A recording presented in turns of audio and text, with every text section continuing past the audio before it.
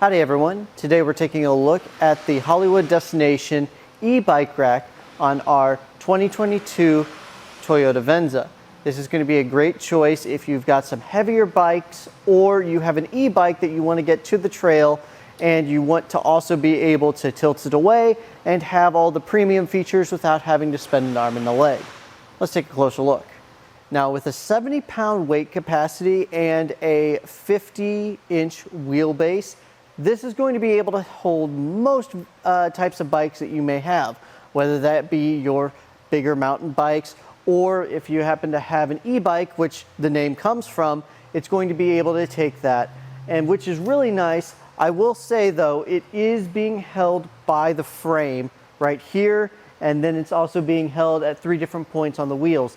But the frame mount is the thing we want to talk about, because if you happen to have any kind of odd-shaped frame bike or you have carbon frame, you want to keep that in mind whenever you are getting this, because it could warp it if you put it on like this. But overall, it's still being able to hold that much weight is really good. It also can tilt away, which is very easy. We just undo that little latch there, and it has a 90-degree tilt, which on most vehicles you'll be able to get into the back of your hatch area, but it's not even that big of a deal for our Venza. As you can see, very easy to get into the back. You have more than enough room to even move right here. I can grab stuff, hand it to people, and I can hand it all the way around because it has that 90-degree tilt. Another thing to keep in mind whenever you're tilting is this isn't as heavy as, say, 2 e-bikes. It is going to be very heavy to tilt it back up into place if you happen to have other types of bike racks. But what I've noticed with the Destination e-bike, it's very easy because of where the handle is to push it back into place and then easily tighten it back up. There are other bike racks that have a very high weight capacity but are very tough to get back into place, which is something to keep in mind. It's also very easy to get your bikes off. All you have to do is undo these straps. This also comes with a ramp.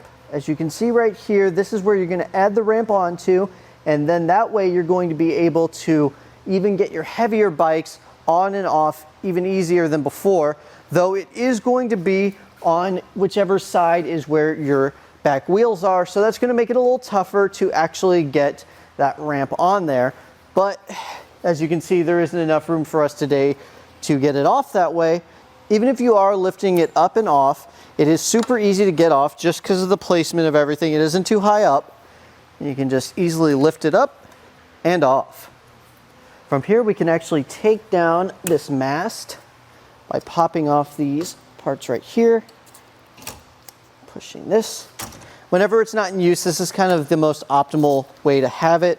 I would play around with it and see whichever is the best placement for you, but personally I like to keep this down. Now, after we get this back on there, I remember to keep these straps around this. But now that we have it in this position, we can actually get some measurements. We are going to figure out how far it comes out from the back of your vehicle, and from right about there, it is going to be 38.5, which is a lot of space that it's taking up, especially for a 2-bike rack. It's also going to have ground clearance, which we're going to want to get, and that's going to be 18 inches. So it's still pretty high up, which is nice, but we can tilt this up, fold this up, and then make it where it isn't taking up as much space.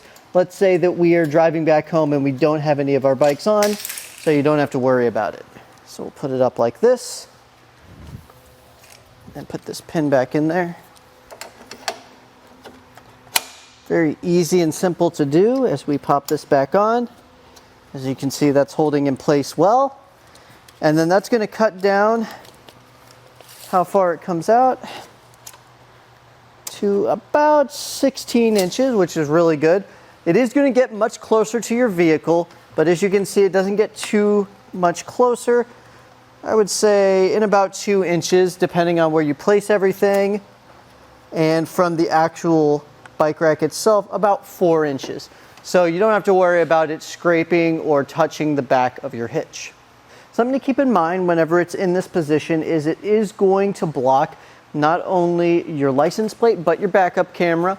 So you'll want to keep that in mind if you're going in a state where you have to have your license plate visible, and when you're backing up to maybe use some alternative forms whenever you're deciding to see where you're going. Now this is going to be for a 2-inch hitch, and it's going to come with a anti-rattle system that you are going to tighten down right here at this handle, and you're going to have a locking core right here at the end. It's going to hold it really well, and personally, when it comes to anti-rattle systems, this is one of my favorite. I think Kuat does it a little bit better, but overall, this hand system is really easy to use and make sure that everything's tightened down where it needs to be. If you're looking for something that can handle a heavy weight capacity while also tilting away, this is going to be a good choice for you. It is, with the 70-pound weight capacity, great in that aspect. I do have some other recommendations to check out. If you happen to have something that you don't want any frame contact, maybe checking out the monorail, that's always a good choice. And there are other choices out of the Hollywood Racks line that you can check out as well in case you need less whenever it comes to weight capacity. I also recommend there are many ways to hold, like the Inno tire hold, that will actually be only on each side of the tire, so you don't have to worry about how you take it off, because while I find it relatively easy, sometimes with the multiple different places that it's being held down at, and then also the frame hold, can get a little bit complicated. Here on our test course, we'll start by going through the Solemn. This is going to show us the side-to-side action, which simulates turning corners and evasive maneuvers. Then we get to the alternating speed bumps. We'll see the twisting action. This will simulate hitting a curb or pothole or driving on uneven pavement. Then we'll go over the full speed bumps, and we can see the up and down action. This will be like driving in and out of a parking lot, garage, or a driveway. And that was the look at the Hollywood Destination e-bike on our 2022 Toyota Venza. Thanks for watching.